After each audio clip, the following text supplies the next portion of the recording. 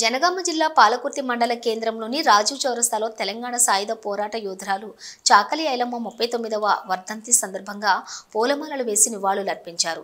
MLA ఎస్ఎస్విని Reddy Telangana సాయుధ పోరాటంలో అలుపెరగని పోరాటం చేశారని గుర్తు చేశారు.